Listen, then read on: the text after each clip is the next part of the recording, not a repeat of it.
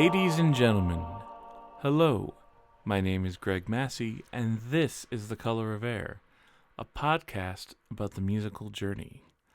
And I want to thank you for tuning in again.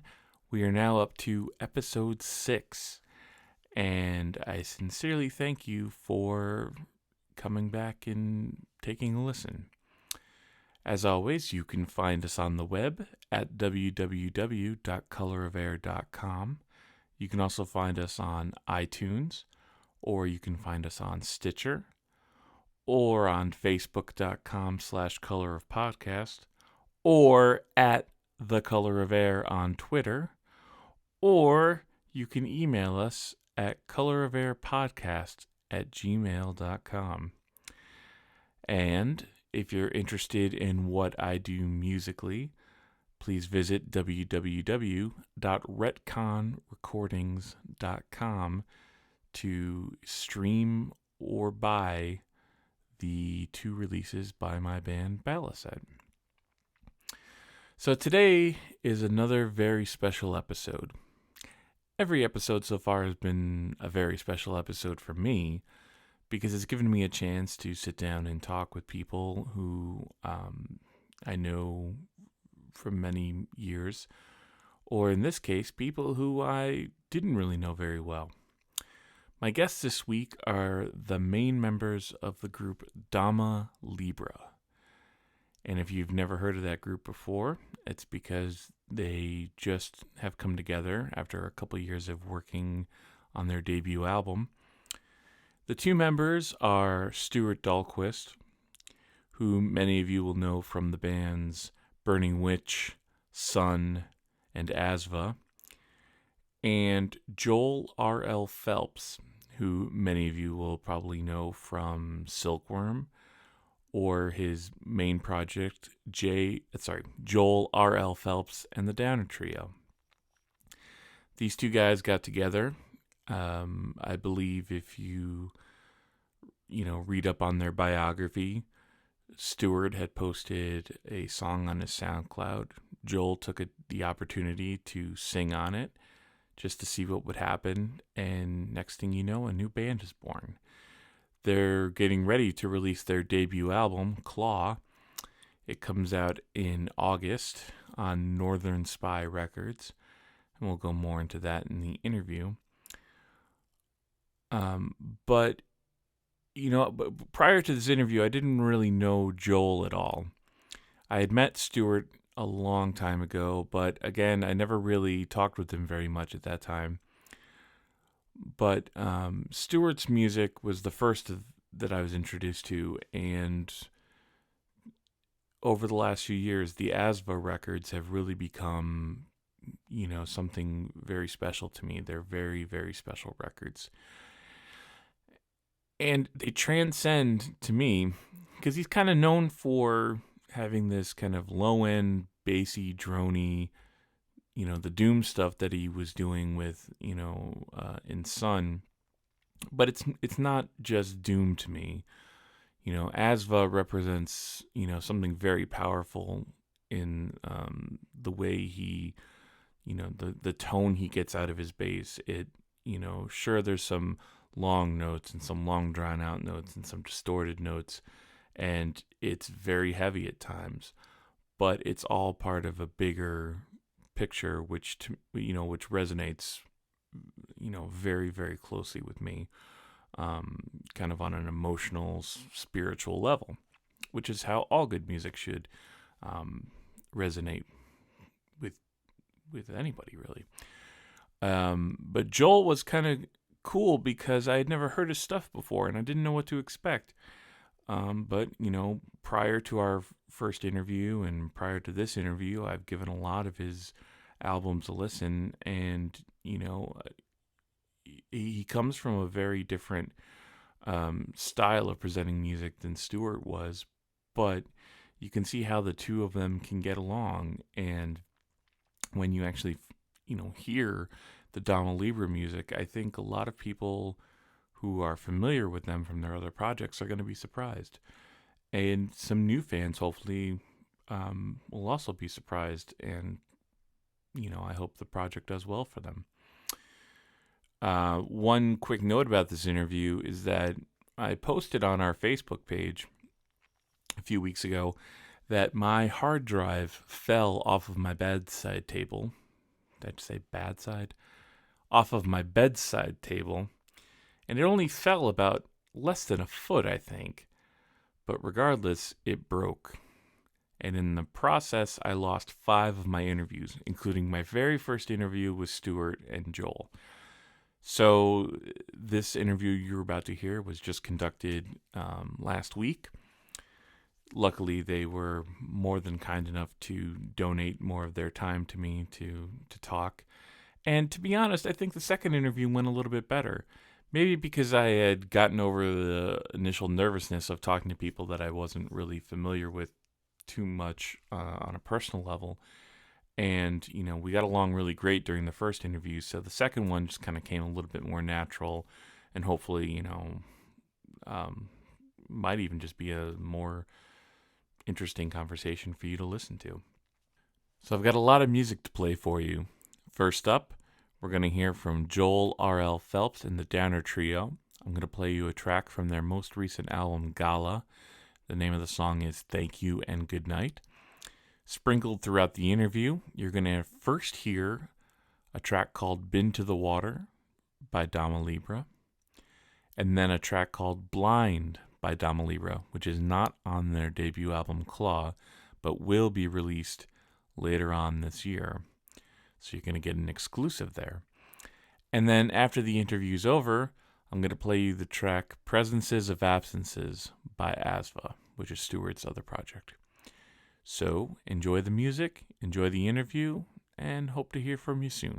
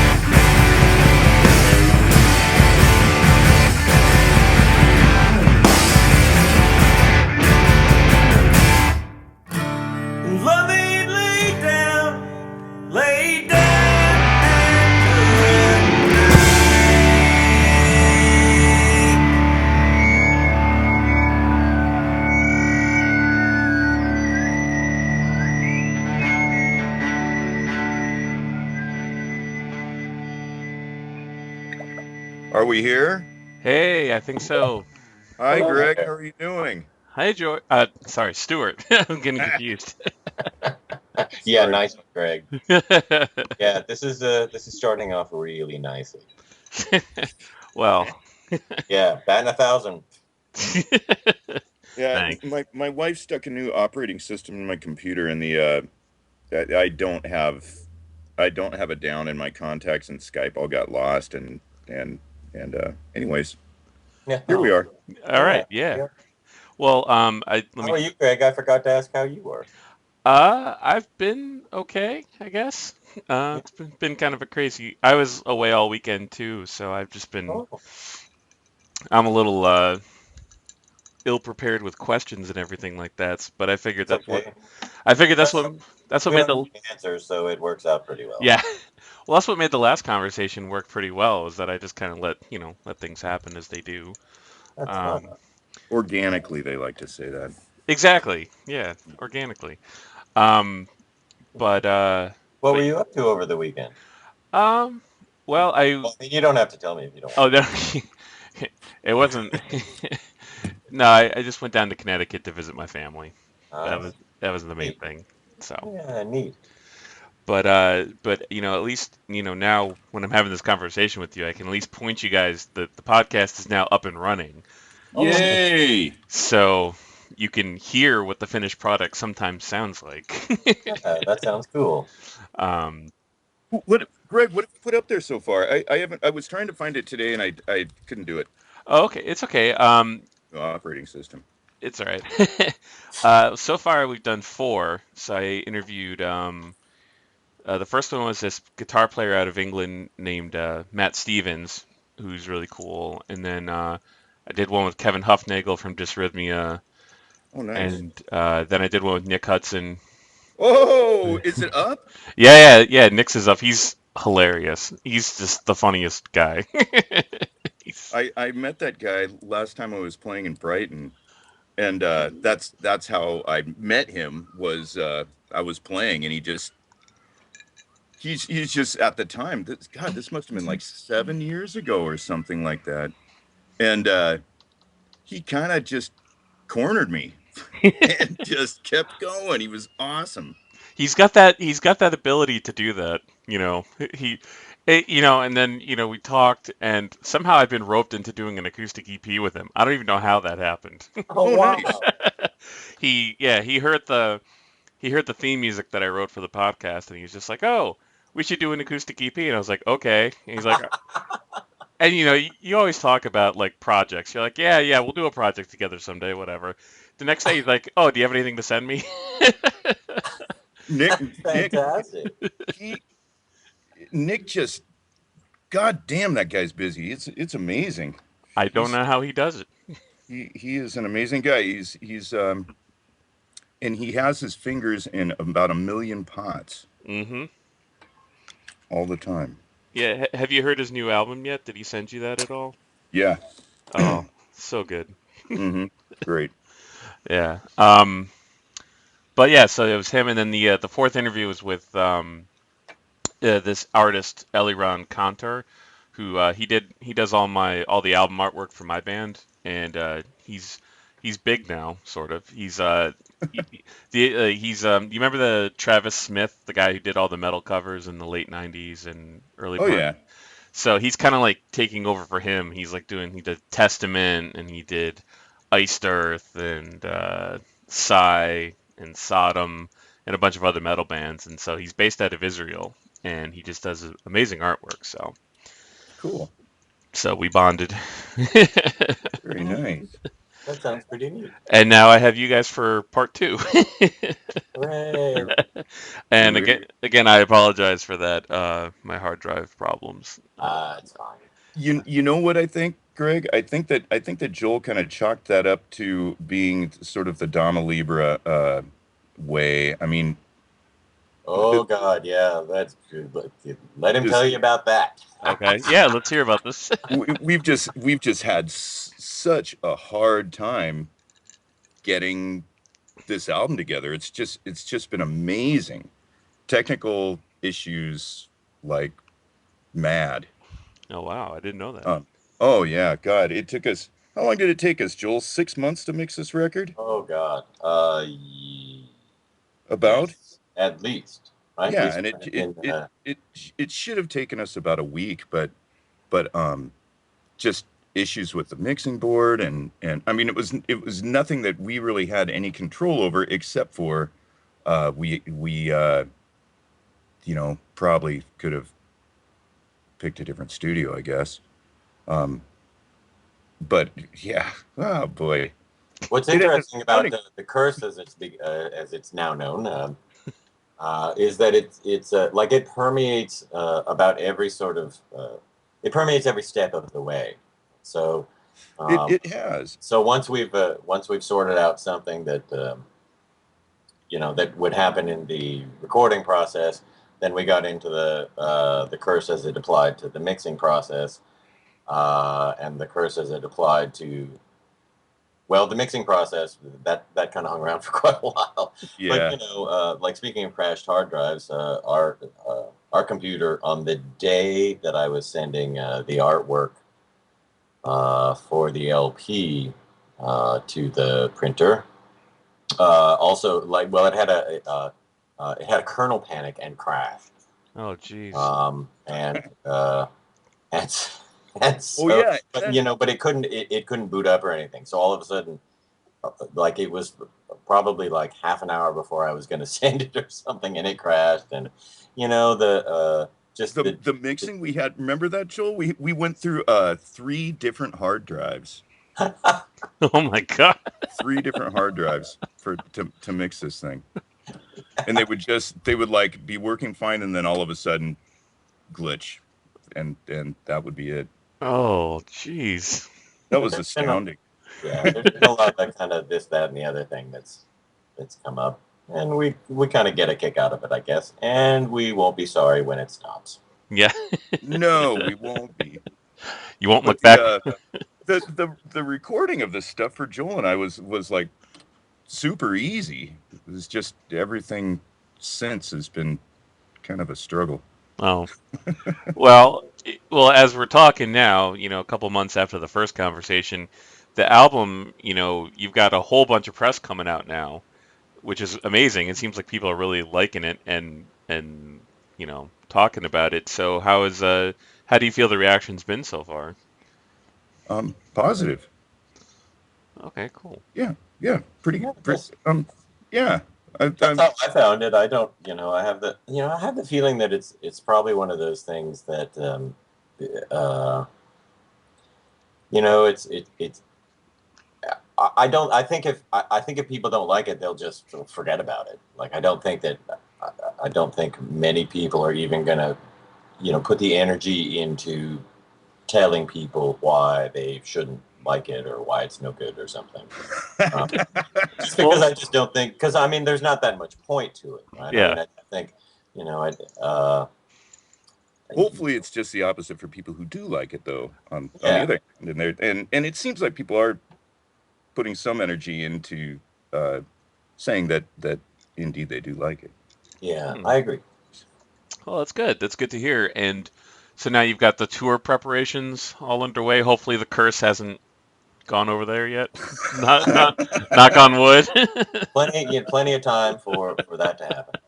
Greg. Yeah, man, we're driving my old work van, um, Okay. and as a matter of fact, I was underneath it today, uh, working on my work van, and I don't know. I think as long as we can get from here all the way over to there and then back to here, we'll be fine. And I'm hoping that I don't feel like I need to cross my fingers to do that. So, Yeah. Okay. And anyways, What could possibly go wrong? uh, some yeah. Well, let's not think about that question. But and how have the rehearsals been going? Because you guys have been rehearsing every week now, right? Is that? well, They do finally, most of it. I'm the lazy one. I hardly do anything, except show up and benefit from their hard work. But we had a wonderful. So, well, I'll let Stuart tell you about theirs. Yeah, yeah. We had a wonderful time this weekend with all of us. Yeah, we had a really good rehearsal this weekend. It's the first one with Joel. And we're putting together like we're doing a new song and stuff like that um as well, and it seems to be coming together real well. I'm I'm I am very optimistic that we'll sound good. And luckily we still have 3 weeks to go, so we'll just keep plugging away and And what could possibly go wrong? so the thing I'm worried about the most is the Chimatron screwing up. Oh yeah, I saw you working on that or putting pictures of that on Facebook. What's Yeah, well, that's a different one. I got a new one, Oh, uh, okay. and I still haven't decided which one to bring along. The new one is probably a better choice as far as being roadworthy, but the other one is the one that we've been using. Okay. So I don't know yet. All right. And I was gonna ask, just as a reminder, so how many people do you have in the live lineup? 5, Five. Okay. yeah, including Joel and I. Okay. And you said the last time that everybody's kind of there are people like switching instruments and things like that. Oh yeah, yeah. Shoot, Joel and I are both playing piano, and like we have a little sampler thing for stuff that we can't actually do. Um, yeah, we're all switching instruments. As a matter of fact, I think the only guy who doesn't is the primary keyboardist, Dave, is sticking pretty much with the keys. Um, Okay. but otherwise, we're pretty much all over the place. Okay. It's Cool. been really interesting for me because, of course, I've I don't think I've ever done that as a live performance uh, aspect. I don't think I can't recall ever doing it. So I was talking to Robert, the bassist and sometimes guitarist in the Downer Trio last night um, about what it's about how different that is in the sense that with these piano parts in Dama Libra, like they there they are and they get played.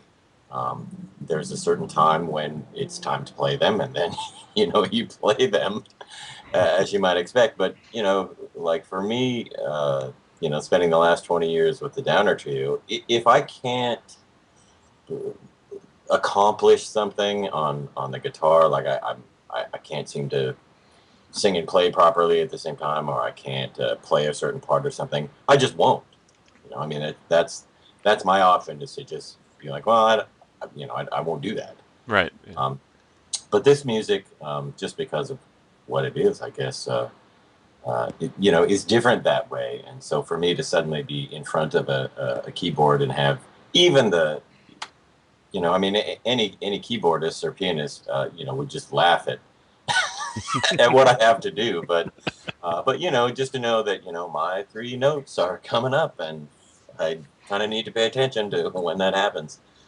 Yeah, it's a It's a much new different. experience, It's it's different.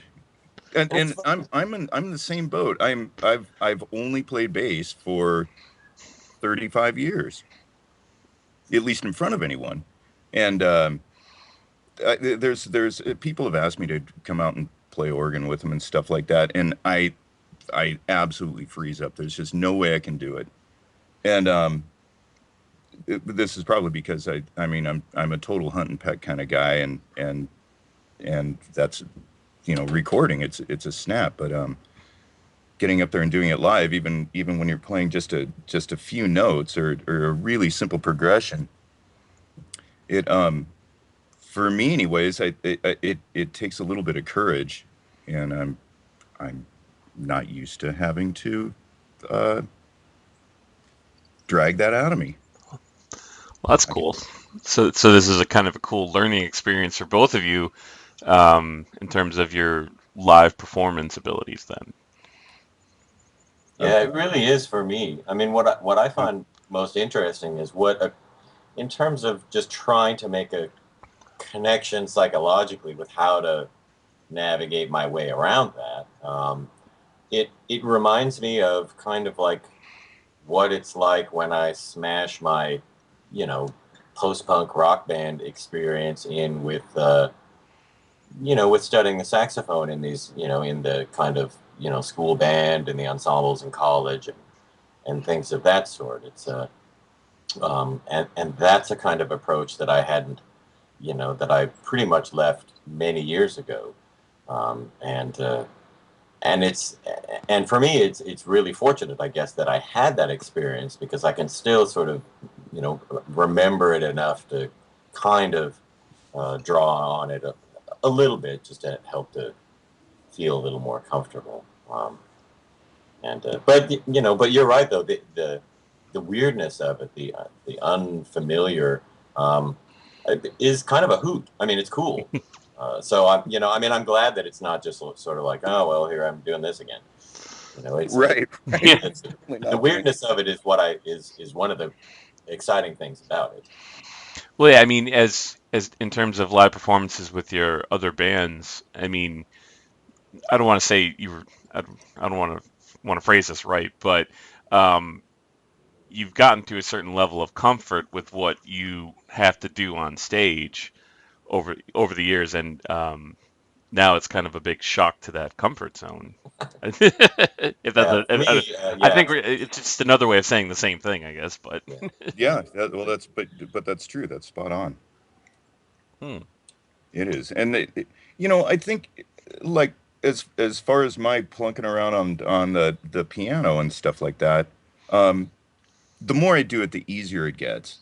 And you know, even playing in front of these guys that Joel and I are playing with, and actually even playing in front of Joel, just doing it in front of these guys who really know what the hell they're doing, um, helps me sort of, I guess, gain a little bit of confidence uh, in my, you know, whatever my abilities happen to be, which aren't particularly grand, but I'm pretty good at playing within my abilities. Oh, right, yeah. I mean, and I was gonna say too. I mean, based on your what I hear on the Asva recordings with the organ and everything. I mean, I never listened to it and say, oh, here's somebody who doesn't know how to play organ. So, I never. No, actually, I guess on the last Astor record, I did play all the organ. Yeah. But Troy Swanson was really responsible for the playing that actually sounds Oh, okay. really good.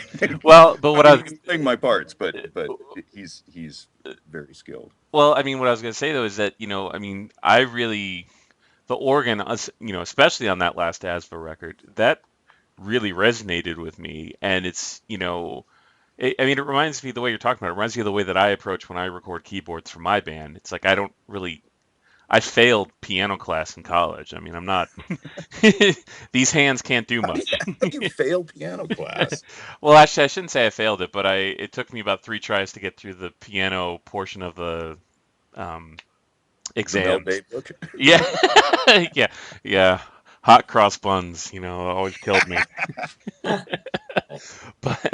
But but no, I mean I stunk at it, and but I know what chords, when I'm depending on what sound I'm using, I know what things hit me, which where I want the kind of cluster of notes that I'm playing at once to hit.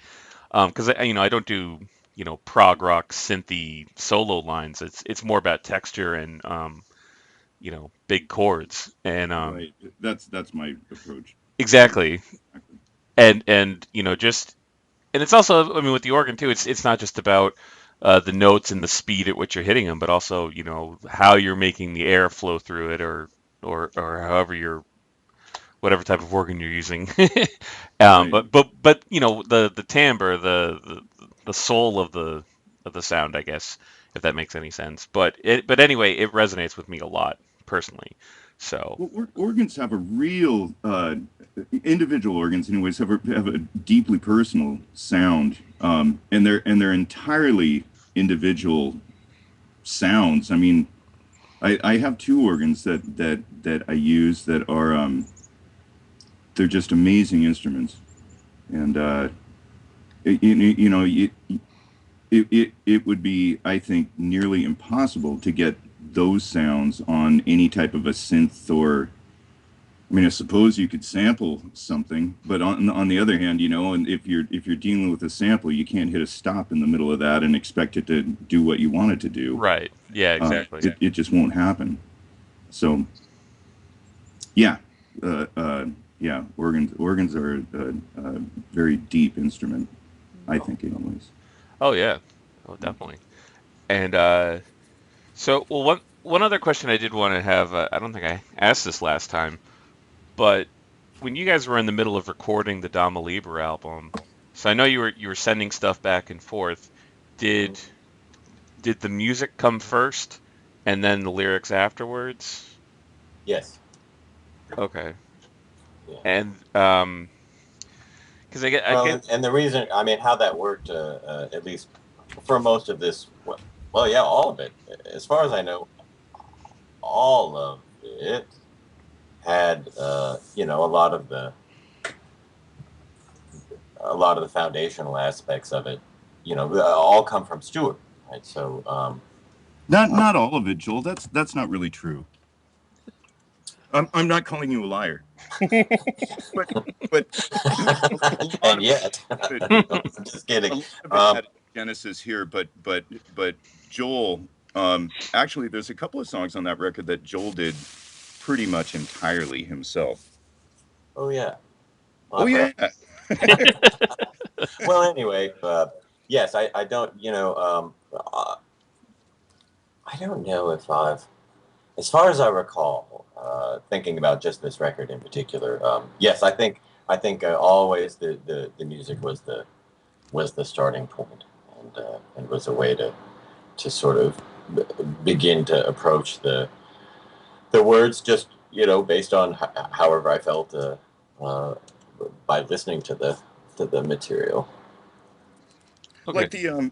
Like Been to the Water, I think, is a great example, Joel. When you told me that story, because the only part of Been to the Water that actually was, pardon me, before Joel started putting together, was just the very high-pitched keyboard part at the beginning of that song. Mm-hmm. Right, Joel? I think that's pretty much right. Yeah, and it was a quite, I can't remember how long, but it was a pretty good chunk of a time, and yeah.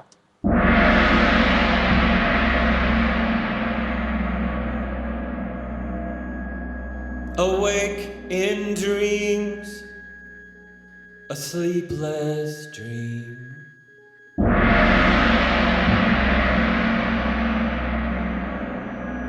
This is how we answer. This is how we soar.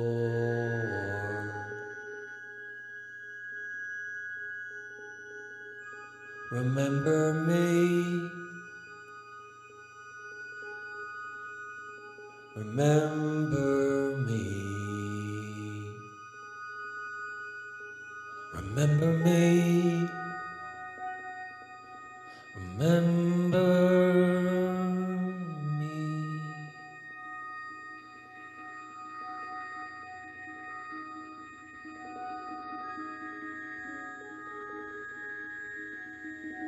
When I went into the water,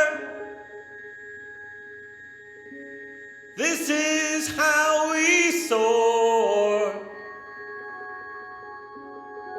Gave into the water. Now I remember. Now I remember. Though I'd never before been to the water, for I'd never before been to the water, for I'd never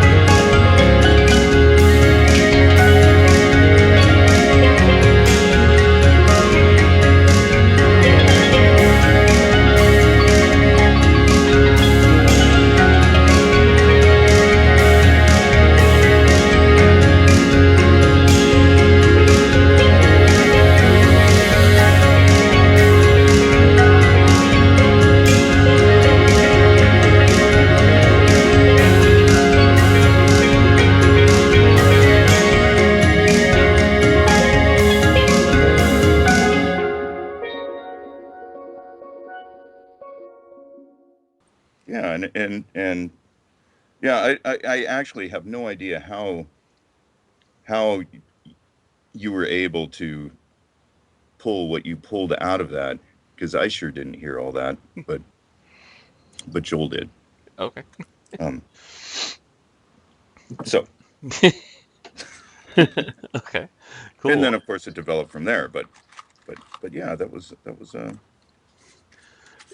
very It- very humble beginnings, to say the least. and I think we went over this last time too, but when you were recording, so did it get to the point where, you were sending each other ideas, and then would one of you listen to the idea and then be like, would you carve up any of the stuff that you heard and be like, okay, this could work, but maybe if we lose this part, or it needs another part, things like that. Did you kind of edit together things to, when you're sending it back and forth? Um, well, there was certainly there was an amount of removing stuff from on my end, anyways. Um, and of course adding things as well, but yeah, not a great deal of that, Okay, really. cool. Not a ton.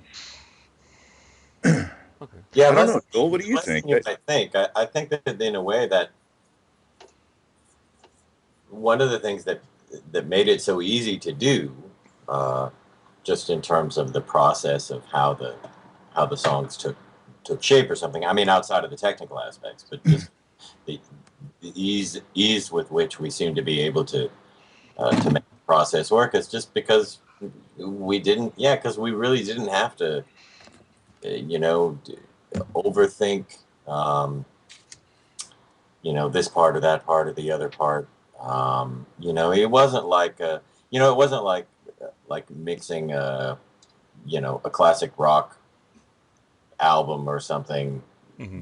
where you take like 6 months to do it in the 70s or whatever, or 3 years or however long people sometimes take making records. I mean, it wasn't, it was it took a lot of work, but it wasn't labor like that. It wasn't No, no, like, it really wasn't. we really need to like fix this to make it work. The charm of one of the charms of doing it is just that I would, Stuart would send me some, and for the most part, I'd always just think, well, there you go. Oh, cool. I mean, done, right? So, yeah, which is neat. I mean, that it's not only kind of a time saver, but it's really fun, as an experience. Oh, okay, cool. Yeah, no, it sounds like it. I mean, the reason why I asked the question too is just, I've just basing it on other things I've heard about these collaborations, and I just was, I was trying to get a sense of the creative process, I guess, to because I find it endlessly fascinating to hear about that kind of stuff. But um, but I guess what was the other question I was going to ask about that? I get a kick out of that stuff too, and Yeah. I think I guess I can't help but consider myself lucky that uh, it's really easy. It doesn't. It's striking to me how natural it feels. I think that the technical way that it's accomplished might suggest, and would even to me, that it would be a lot more difficult than it is, and that it would feel a lot less natural than it does. But I hardly notice any sort of emotional or psychological or process interference due to the technical way in which we make these things happen. That's cool. It's I mean, of course, it isn't like sitting in the practice space with somebody for 6 hours, every week or something. But it's, um, but in terms of the ease with which it seems to just sort of make itself happen, Hmm. it seems like that. I mean, it's just super easy. You just kind of show up and play. It's a little bit cathartic, I think, as well, because since we have time, Hmm. so we're not in some big rush to do anything, and when when there's something sitting there, sometimes I can I assume this is probably similar for Joel. I can just sort of mull it over for as long as it takes for me to all of a sudden just go, well, today's the day, and here I go, and then just plunge into it, and you know just have it there, and know what I need to do, and do it. Um, but it's not like pulling teeth at all to do. It's just a matter of having your, at least for me anyways, having your ducks in a row Hmm. before you attack whatever is. That might be the wrong way to put it. It's not an attack, but just we're just not in a great big rush.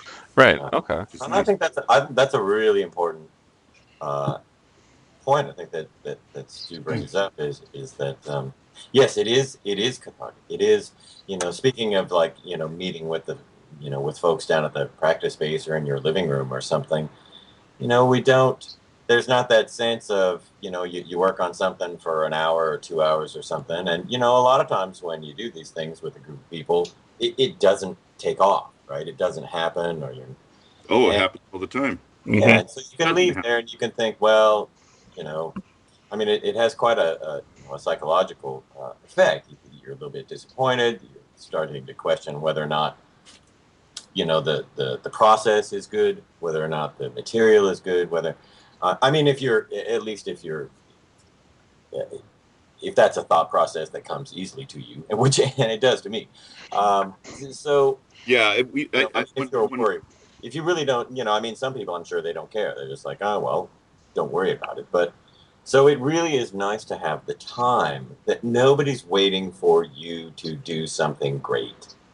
And so you just, when you feel like you've hit upon the thing that needs to happen, uh, it's really neat because you haven't yeah. tried anybody's patience in the meantime, and it's just so it's 100% win Yeah. at this point. Well, I mean, you bring up a good point with that, because I know, just speaking from personal experience, where, I can look at my process and see that it's been taking me 5 years to finish something, and, I get a lot of frustration out over that. Um, and so, I mean, there is a sense of it's good to not have the rush, but, um, at the same time, I mean, with the, how crazy and busy life can get, did you find when you were working on it that even though it wasn't a rush, did you kind of carve out, specific times during your day to be like, okay, I'm going to take an hour and just kind of try an idea out on this, and then, because I think if you get too much into not having a rush, then sometimes, depending on your motivation level, like mine, you can just not do anything for a long time. Well, that's a good point. It's a good question. And yeah, I mean, I usually reserve probably better than an hour a day to do something with music, but it in a lot of in a lot of instances that might just be like sending emails or doing an interview, or it just I just want to every day do something that has something to do with music, and it doesn't necessarily have anything to do with sitting down and playing the instrument or a instrument. It just has to do with either listening or doing the I don't know what you want to call it, the secretarial shit, or just stuff. Especially now that we're preparing for a tour. I get up early in the morning, and I try to send any emails that I've got to send, and uh, do that type of thing. And I don't know, just be sure that I'm doing something related to music every single day. Um, And sometimes that's playing, sometimes it isn't. yeah, and well, I remember you talking, on your Facebook too, about how you were, for a stretch there, you were kind of waking up at 3 in the morning and getting a thing of coffee, going down to the studio and getting it in before your day started. Is that, Yeah, and, yeah. and are you still on, I mean, obviously maybe not now, but No, I'm not doing that. I mean, now I have a studio in my garage, so I don't really have to do that. oh, Uh, okay. yeah, part of that was just because, you know, when you're trying to record a record in a rehearsal studio, you got to get there when nobody's there. Yeah. And so that had a lot to do with it. Um, but I, you know, I still I don't feel the same kind of pressure to do that. Uh, the period you're talking about is when I was working on a presences of absences, and also this stuff with Joel and I was a portion of that was recorded in during that long stretch of early mornings. Um, but yeah, I don't have the same issues going on now Okay. that I did then. Although people do mow their lawn and stuff like that, so I have to worry about lawn. Yeah. I can understand that. And it's nice. I mean, I enjoy going down to the studio really early in the morning and being down there and having my coffee and working and stuff. It was a great environment to be in. Um, Maybe even probably more productive than this because I had, you know, I have 4 hours to get something done, and I had to really be focused, or nothing would get done. Um, but you know, I when I do walk into my studio, I do tend to have that same focus. Maybe not uh, quite as intensely, but you know, because I'm not on such a schedule. But yeah, Yeah. it's just, and my surroundings are different now. So Okay. Well, I know I've and I've carved out time for myself too, where I decided I'm taking a week off from work and just treating those first 3 days as if they were 3 studio days at a paid high dollar per hour studio, yeah, except just to work in my basement and see what I can get done. And I think sometimes that's kind of the mentality you have to go with is treat it, even though, because like I said, when you're working at home, there's so much things that can get in the way. Like if my wife had asked me to mow the lawn, that kind of thing. But well, that was yeah. one of the things when I was I went to BIT in the early '80s, Hmm. and and one of the lessons I learned was that it's important to give yourself, like say you give yourself 1 hour to, at that time I was doing a whole lot of practicing. Give yourself 1 hour to practice. Don't go a minute over it. 1 hour, and then move on to something else. Um, and what you discover through doing that is that you get a hell of a lot done in that hour, um, because you just learn how to effectively use that amount of time. Um, I mean, I suppose it's not much different than being in prison or something. You have 1 hour in the yard, you meet the most of it, Yeah. I guess. Stab somebody with a shiv. I don't Yeah. know. Or But you make the most of the time that's available to you, and then move on to something else. And that sounds like what you do with your 3 days, and it's what I tend to do when I, like, if I tell my wife I'm going to go into the studio and work for 3 hours, I go into the studio and generally I work for 3 hours, and then you know, it's time for me to cook dinner or mow the lawn yeah. Yeah. Okay, that makes sense. or And something. well, we also kind of touch on something I didn't really talk about last time either, which is, I don't really know much about your guys' history. If you don't mind me asking, I mean, because Stuart, I don't know much of your work prior to the Burning Witch and all the other stuff, all the other albums. And Joel, obviously, I don't know much before your Downer Trio stuff. I was wondering if you could just kind of talk about the different kinds of stuff you guys were involved in. Uh, Early on. yeah. Good boy, Joel, you first. Damn it, Stu. Well, I was gonna go to him. I was gonna go to Joel first anyway because he was having Yay! he had an easy go of it for that last couple minutes. He could just sit back and listen. But I was doing stuff. I was highly invested in that time. Well, yeah, it's funny. Well, yeah, I mean, I started as goofy as anybody and way goofier than probably lots and maybe most people. If I remember right. Yeah, the first band I was ever in, a, a rock band outside of the school band program. Well, I guess I should include that because that actually is a really, really important part of my musical upbringing was playing in the school band, playing in wind ensembles, playing in even school level jazz ensembles, playing in and playing the saxophone, which is a very different sort of operationally than the guitar and a different sort of process. But so there was that. And I felt very committed to it. I mean, I eventually I went on to be to study music performance. Your contact Randy and Kristen is available. Oh, that's nice.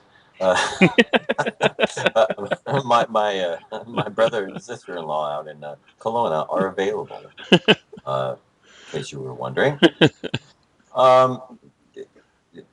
But the first rock band I was in was a high school dance cover band, and we were playing.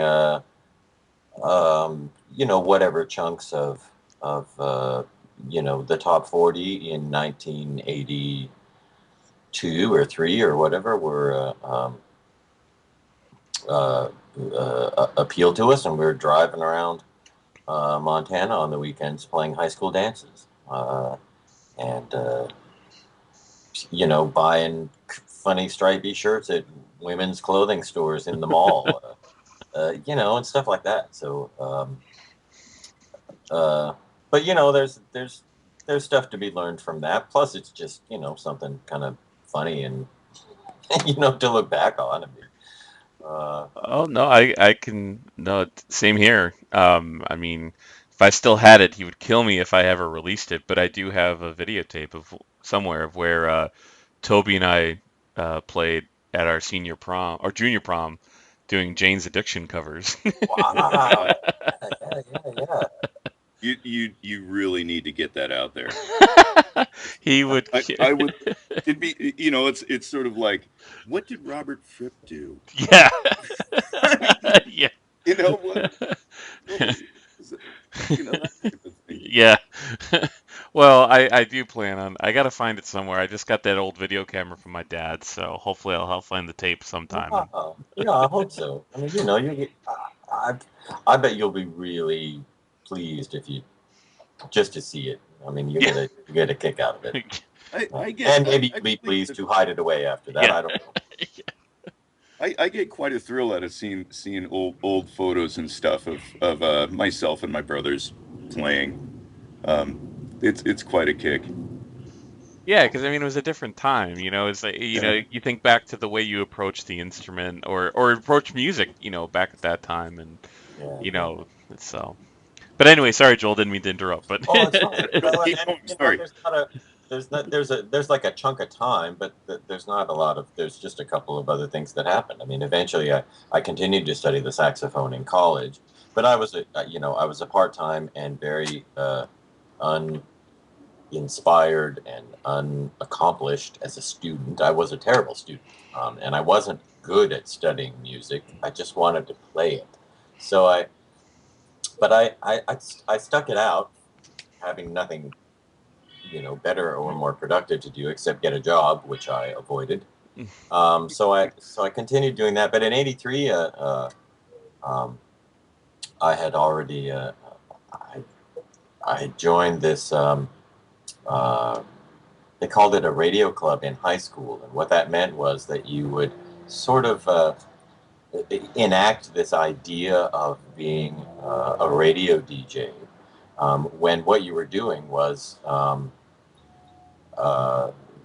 playing records through a PA system that started in the room that we were in the high school there and ended in the high school cafeteria at lunchtime.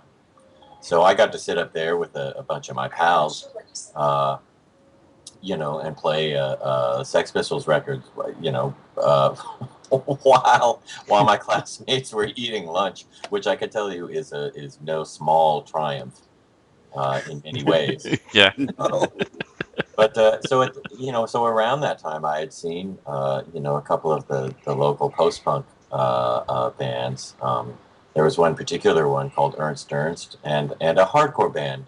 I guess it's like I guess you'd call it more of a hardcore band or something in Missoula at that time, and just it just blew my mind, so I was quite interested in that sort of thing, and it just so happened that not long after that, the guitarist who I was really, really into, Sean Swaggerty, who now lives in Portland, Oregon. He will be embarrassed, probably, that I'm saying so, but I mean, I really, really thought he was just the best thing. So he was moving away, and the singer-songwriter from the half of this singer-songwriting was my friend John, and he was kind of looking for a guitarist and friend of a friend, so I got to meet him and just got to join this rock band called Ein Height, and we just played in Missoula. We did some shows out in some other communities in that part of the world, but it was that was my first time being able to, honest to God, just do whatever I wanted to in the language of rock music, and it was the greatest. It was a lot of fun. And later, when that band sort of devolved, because again of people moving away or moving on to other things, we started Silkworm in '87, and I remained with that till '94, and then began playing with some other folks that have eventually evolved into the Downer Trio in '95. Okay. And here we are today. Man, it was that could have been such a short story, and it wasn't. Well, I find it interesting how it's like you devoted those first 3 or 4 years, got about 10 minutes, and then it's like, then I was in this band, now we're here. Yeah. Well, even sometimes I have enough self-awareness to tap the brakes. Yeah, no, it's fine. It's fine. Not often. Well, no. I mean, like I said, I love hearing where people came from, because I find those kinds of stories, interesting. And you guys obviously are a little older than I am, so I mean, it's interesting for me to hear stories from a time period before. Because I know when I'm talking to people and I'm like, oh, you kids have it so easy. Because I'm like, you don't know what it was like to record multi-track on 2 boomboxes. But yeah, I've done a lot of that. Yeah. But then I say to myself, well, yeah, but that was still 1994, 95, and you probably had better boomboxes and better technology than people before that. So don't be a wise ass. All right, Stuart, you're up. Oh boy. Well, my parents were really, really into music, and my brother Adam began drumming he was probably drumming when he was 7 years old, I think, 6, something like that.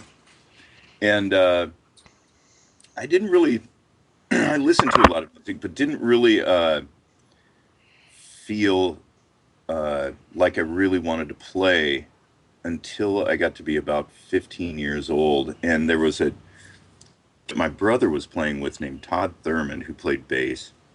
And he had this big old acoustic stack. And one day I went into where they would rehearse and picked up that bass and turned on that amplifier and man, it just sounded cool. It, I had no idea what I was doing, but I was just making all kinds of noise and uh, just thought, hell, I'll bet I could do this. And picked up I got some kind of a Fender bass at the local music store and started practicing. I even took bass lessons for about a month, and which I didn't like at all. The guy was a great bass player, but he was totally into jazz, and I didn't want to do jazz. I wanted to do rock. And then Adam and I, my brother, decided to form a band, and I'll be darned if I can remember the name of it. Uh, we rehearsed and played and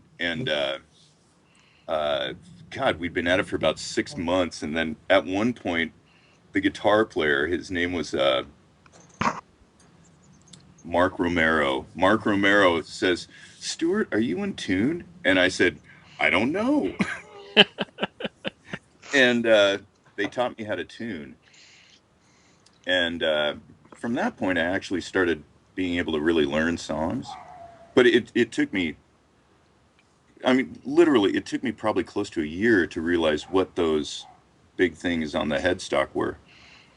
Oh, yeah. And actually use them. And I remember trying to tune it and breaking strings because I was tuning way too high and all this stuff. I had no idea what I was doing. And then, yeah, I learned how to tune, and we went off and won a battle of the bands somewhere, and that was sort of a feather in the cap, I guess. And then Adam and I started playing with some guys who were really pretty good players, pretty good guitar players. But we ended up starting a band with this guy called James Bird, who's still pretty. He's a super good guitar player along the lines of like Michael Schenker or something like that.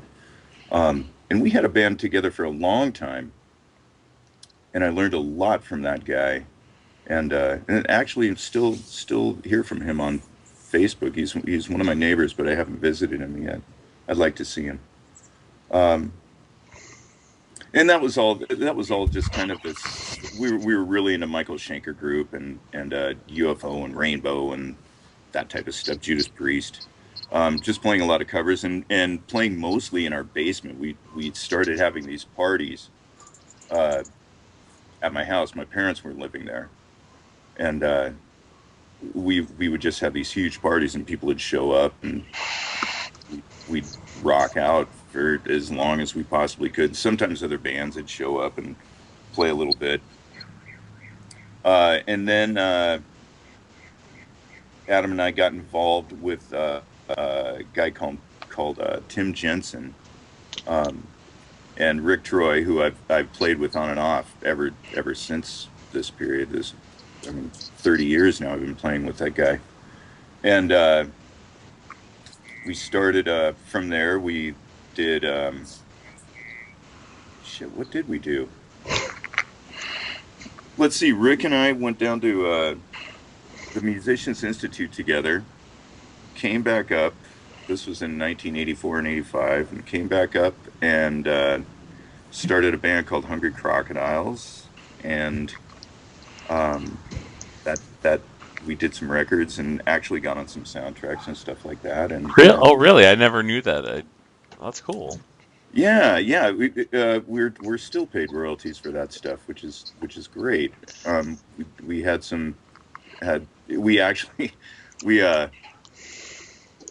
been courted by a bunch of big record labels, and we're actually signing to MCA, and MCA flew us down to Los Angeles. They'd flown up here and had a wined and dined us and stuff like that, and finally decided to sign us. Flew us down to LA, and we put us up in a hotel and all that stuff. and we drove to MCA Records the next day, and that was our day of signing. And we get there, and the woman at the front desk says, "Who are you?" And we said, "Oh, Hungry Crocodiles. We're here to meet with," I can't remember the name of our A&R guy. Brett, Brett something. I can't remember his last name. We're here to meet with Brett and what's his name and send a contract. And she said, "Oh, you know what? Sony just bought MCA and they fired everybody." Oh my God. So that was our MCA record deal. Oh God, wow. dude. And I keep thinking, after all this time, it's probably better off that it happened that way, because at the time I was so messed up. It would have. I don't know. I don't think it would have survived that. Um, Right. Yeah.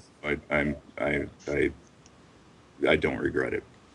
Hmm. Um, yeah, and then that went on for a while, and while that was still kind of going on, Burning Witch happened, and that was kind of a fluke, and worked out really well, and I sort of discovered a new path, as far as what music can do, and uh, I don't think at the time anybody was doing anything like what Burning Witch was doing, and we were resolutely hated by most people, but we felt like we were doing some pretty powerful music, and then that became Sun, and like Joel said, the rest is kind of history. Here we are. Oh, okay. Cool. Wow. Well, that was cool. I didn't know a lot of those things about either of you, so that was very cool. Um, There's a whole lot more in between there, but I'm sure. but anyways, but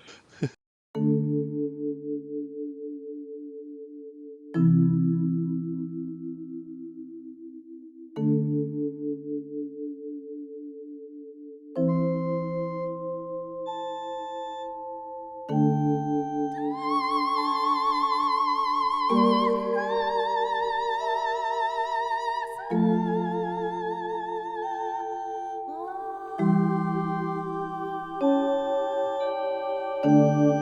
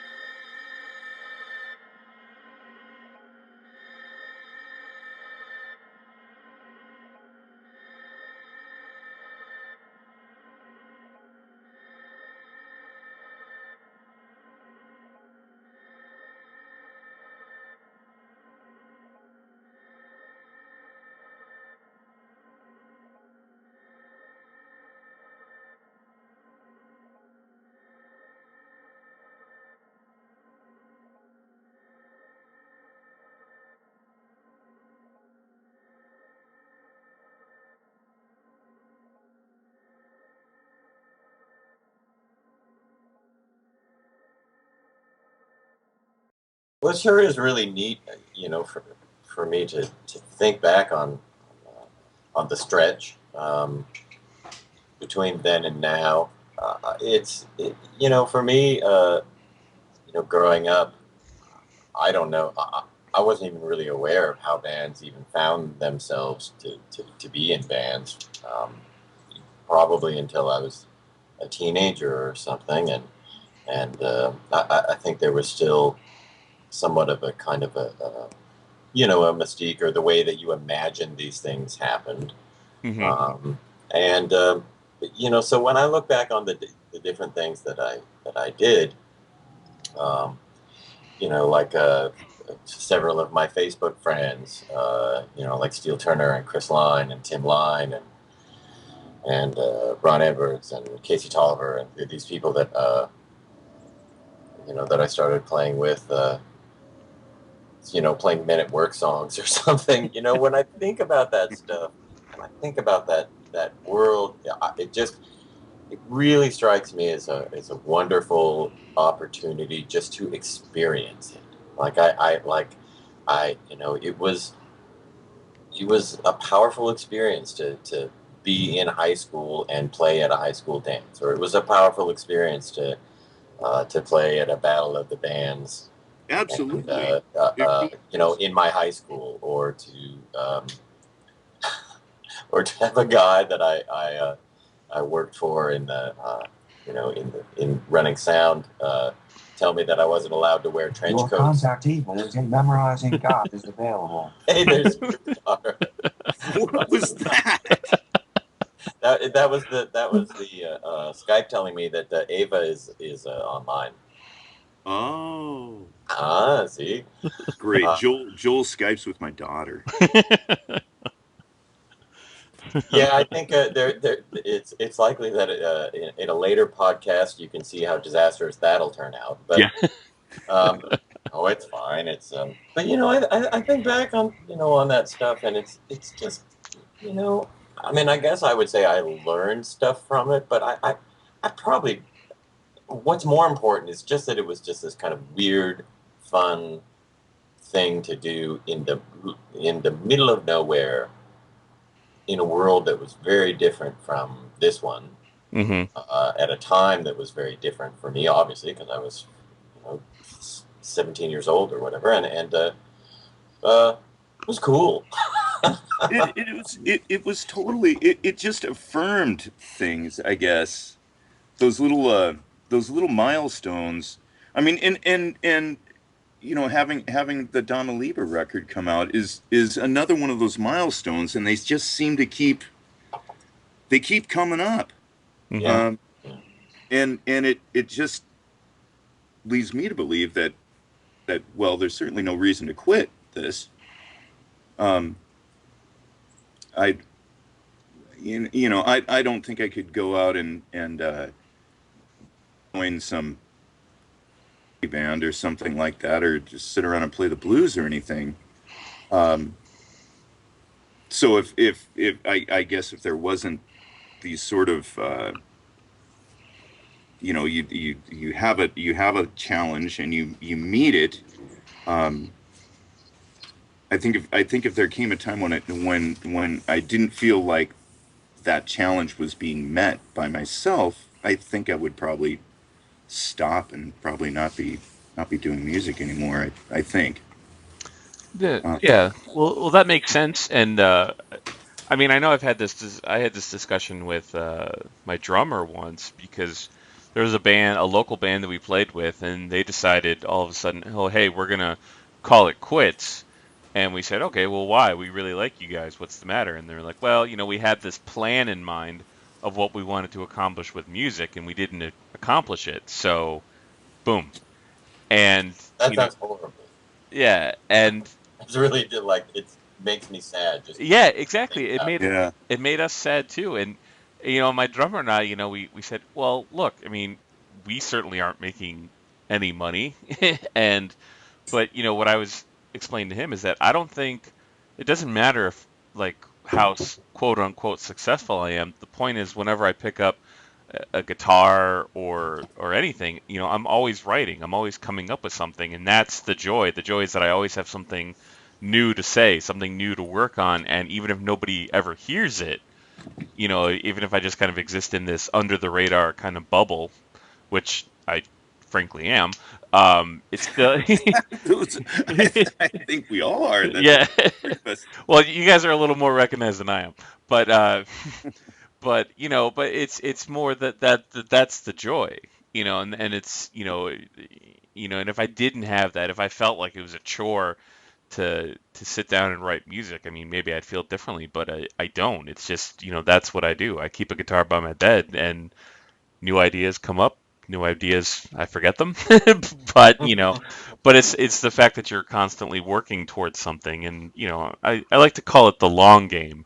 That I mean, Yeah. yeah, I gave up aspirations of being a rock star, long time ago, um, but yeah, that's where the joy is for me. So yeah, I can see what you mean by the Dama Libra record being another milestone, because it is another phase in your development as musicians, which continues to go on. So It is, and development, I think, is the key word there, um, because it's always a matter of continuing this sort of growth, uh, or evolving, and yeah, I mean, I just want to keep evolving, yeah, um, yeah, and luckily with being able to work with Joel and the other people that I've been able to work with through the years, it's really uh it has been an evolution, and luckily, a few people have been able to notice that and appreciate it, I think. um yeah, it's just, it's a wonderful thing. I mean, it's a constant education, and it's fucking great. yeah. Well, and I what I talked about once, I think on one of my podcast intros or whatever, is I mentioned that in 2006, after I left Dot at the time, I remember there was this distinct feeling when I was on my own for the first time in 10 years at that point musically, and there was this distinct point that I came to the realization that I felt like I didn't know anything, which is kind of weird after you've been playing guitar for 12 years at that point, or 14 years or whatever, Hmm. and it was this kind of like almost zen-like quality. It was kind of like, okay, I don't know anything. I'm an idiot. So that means I have to go out there and learn. And it was, it kind of like was like, okay, well, you've been lazy and complacent for too long, and so now it's the time. And so that's kind of what inspired this podcast too, is just that progression from 2006 to now has just been, for myself personally, just discovering new forms of music, stuff I didn't really know or really enjoy. I mean, I can honestly say I had never really heard, even when I think I met you on tour with Stuart, I don't think I had ever actually heard any of your projects at that point. I just knew Toby said, "Oh, this is Stuart. He writes really awesome music," but I never knew. And then it's just kind of like, okay, well, because I was I'm but sorry. Did we meet in Boston?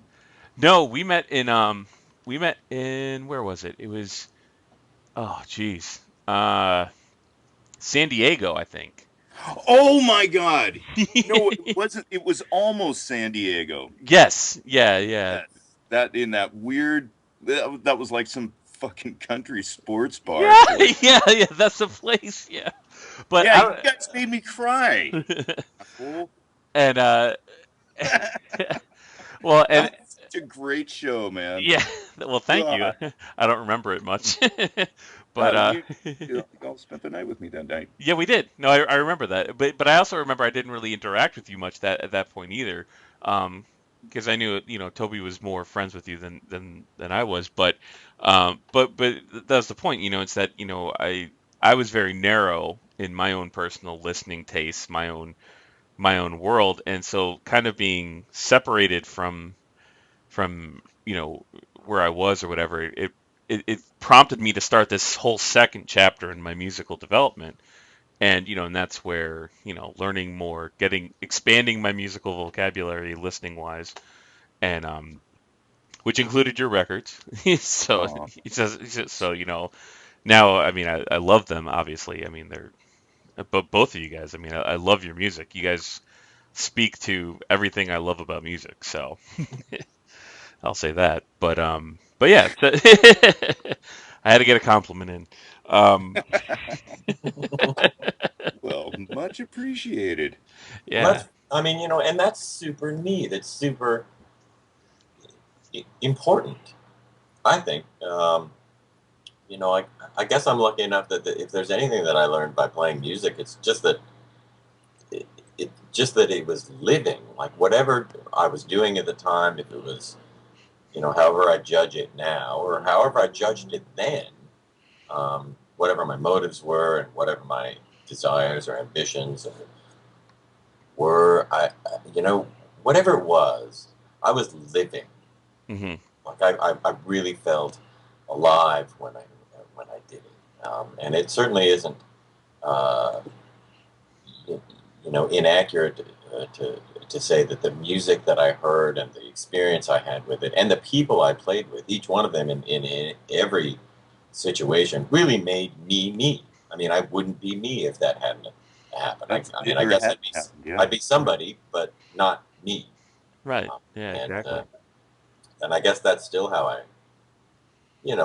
I think about it. I have other motivations too, and they've changed over the years.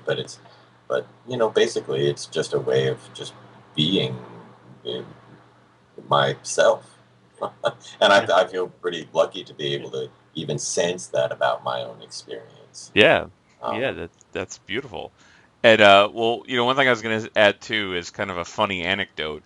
But when I think Joel, when you're talking about, the funny ways you perceive things when you're younger. I mean, I can remember when I first picked up the guitar in like 91 or 92 when the whole grunge thing was happening. And and I remember not knowing, hearing about rhythm and lead guitar and realizing I wanted to play lead guitar. yeah, yeah, And my only point of reference was I was watching a Pearl Jam video, and I knew that, okay, Mike McCready's the lead guitar player, the other, and Stone Gossard's the rhythm guitar player. Mike McCready's playing a Strat, Stone Gossard's playing a Les Paul. So if I want to be lead guitar, I guess I have to get a Strat. Isn't Like that stuff fantastic? I think that stuff is super, super cool. and so that's why I've been playing a Strat for 20 years, because I figured that's the instrument you need to play lead guitar. That's fantastic. Well, and coincidentally, as a side note to that, add with a little story of my own. In 1982 and 83, I was watching, Jeff Ament from Pearl Jam play in that hardcore band in Missoula, Montana. Oh, Uh, one wow. of uh, one of whose members was in Einheit with me for a few years and is a dear friend to this day. And yeah, man, that stuff is super cool. And when I saw that band, I thought, wait a minute, what are these like? What what's happening? Like, what's going on? They're not doing any of that stuff, but it really rules. Uh, Yeah, you know, that was or, or one of the most amazing things about punk rock that I can't remember what it was. I read an interview with somebody. It might have been with of all people, it may have been with Malcolm McLaren, uh, who was in one sentence explained punk rock to me. In that he said punk rock's completely unegotistical. There are no leads in punk, and and and that struck me. I read that when I was a kid in like Free magazine or something, and just really opened up a whole lot of doors as far as like how you don't necessarily need that type of a voice to make music really work. Joel, am I on the same thread as you, or are we? Am I changing the subject? I sort of thought I was, but maybe I'm not. Well, I think I have a certain kind of talent for not really being on any subject. So I don't. Subject isn't something that this podcast is known for. I don't think so. See, it's okay. You can go off on as many wherever you want to take it. Is fine with me. All right. What's next? Well, Claire the cat is next. Where the cat is. She's on the record, you know. So Yeah. I think Opens the record. Exactly. Yeah. Well, I guess I should bring this back to Dama Libra. And Clara.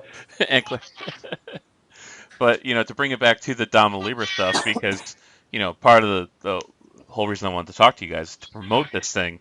So let's get the details straight again. So when does the album come out?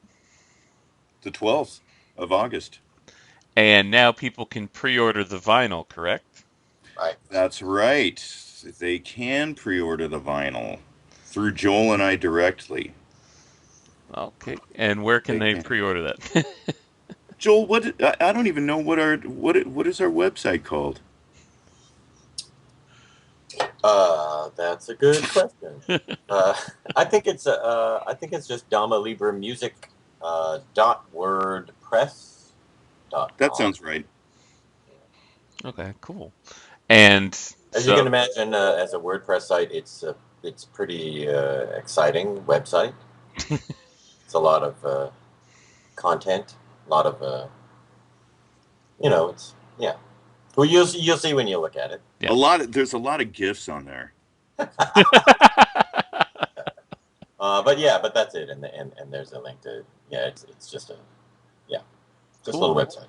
Cool. Yeah. And so the album is being released through Northern Spy, but you guys are doing the vinyl yourselves, correct? Yes. All right. Cool. All right. And To sell as many as possible. yeah. Please, if you're listening to this, go out and buy it, because I mean, I don't know how much weight my word carries in this world, but I can assure anybody listening to this that it's an amazing album, which I personally love, and I think everybody should buy it because you guys are super talented and awesome and totally deserve it. See, that's my professional music review. That's why I'm not quitting my day job to become a music reviewer. It's totally awesome, dude. Yeah, buy it. And so you've got the tour planned. So what are the dates of the tour again? I know people can find all the specific towns, but it's going to be August. First show is in Milwaukee on the 17th, and then we head east from there. Let's see, we're playing New York on the 21st, I think. Boston on the 20th, Chicago on the 18th, and I don't know after that. Yeah, Chicago 18, Boston 20, New York is the 21st. Mm-hmm. I just happened to be looking at the JPEG I made to post on Facebook for it. That's how I know this. Otherwise, Okay. and I have no idea where we were going or when we were going. And how long is it for? Is it for a couple weeks? Is it 2 weeks? Yeah. 2 weeks? Yeah.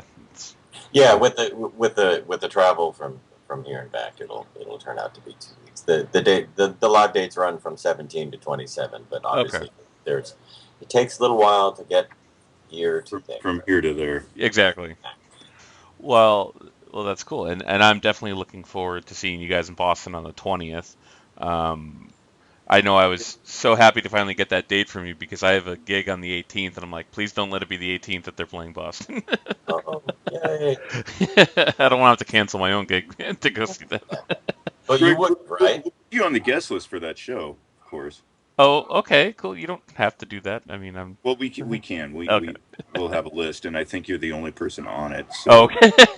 All right, and And yeah, I mean, I've got a house west of Massachusetts, so if you need a place to crash, you just let me know, and you're more than welcome. Wonderful. That Yeah, sounds we actually need a place. All right, So cool. yeah, look out. Those other three guys are crazy. uh, that's fine. That's fine. oh well, you know. Well, Okay. yeah. Well, it's well, I know that here's a funny sort of story is do you know that band Portal out of Australia? The Yeah. kind of so they stayed with me. Um, they stayed with Is my that the wife. guy with the birdhouse? Yes, yeah, the birdhouse on his head, yeah. And Okay. I just as a side note of that I think is important. I think I should mention that if I was that guy, put in a smoking orifice inside the birdhouse, and then when you're playing, put a cigarette in it. yeah, that's a great idea. Uh, but that aside, please continue. Sorry. Well, I mean, they were the nicest guys. I mean, they were completely polite, given how evil their music is. And someone told me later that apparently I missed out Evil that bands like that. yeah, well, apparently I missed out that I guess at other people's places they decided their normal tour routine was to play a game where two guys stand next in front of each other and basically punch each other in the face repeatedly until one of them falls down. And Wow. that's what they do for fun. I don't know if it's true or not, and so if those guys ever hear this, I'm not trying to speak ill of you because they were awesome, but Does the but birdhouse guy get to wear that during the game? That seems like that's an unfair advantage though. yeah, it seems like that's not really a level playing field. Yeah. Well, except for the But some good thinking splinters, on but his. otherwise. Yeah. Well, I also just remember that the gig they played that night, I mean it was in May. It was a really hot day in Boston and they dress all in black and I remember asking them, I was like, "How do you guys do this?" And they're like, "Well, yeah, there's a couple times we've passed out from, Oh my gosh! you Yeah. know, Yeah. God. you know." Greg, have you ever heard that band, Sadistic Execution? No, I haven't. Oh God, Australian, uh, not exactly black metal. I'm not exactly sure what you'd call them, but just amazing band, really. I don't know if they're still around, but they had fights on stage where dudes breaking another guy's arm and stuff like that. I don't know. Those Wow. Australians. I, Yeah, I don't. every Australian I've ever met has been very nice, but Well, the thing that struck me most about them is at the heart of it, they're really just horror movie nerds, and which is something I respect completely. But I remember they were so excited Yeah, that's cool. because they were going from Massachusetts to New York, and they were taking the long way. They wanted to go all the way down 95 Oh, through Rhode Island because they yeah, wanted to make sure they stopped and saw H.P. Lovecraft's grave. yeah. Wow, that's great. Because well, I lived in Providence for many years, and I didn't even think to go see H.P. Lovecraft's grave.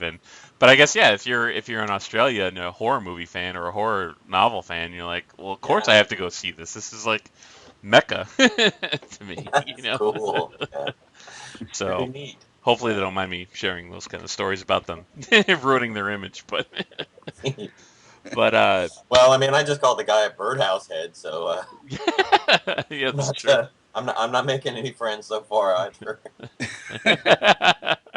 That's okay. Um, well, anyway, thanks again for talking to me, guys. I mean, this is great. This is a great, even better than the first interview. Baby, nota, nota, nota, lota hoboken, ayang si, baksin no, lalagais, makedo, ayang si, baby, nota, nota, nota, Lota Hoboken, I young see, boxing no, lalagais, marketo, I young see, baby, Nota.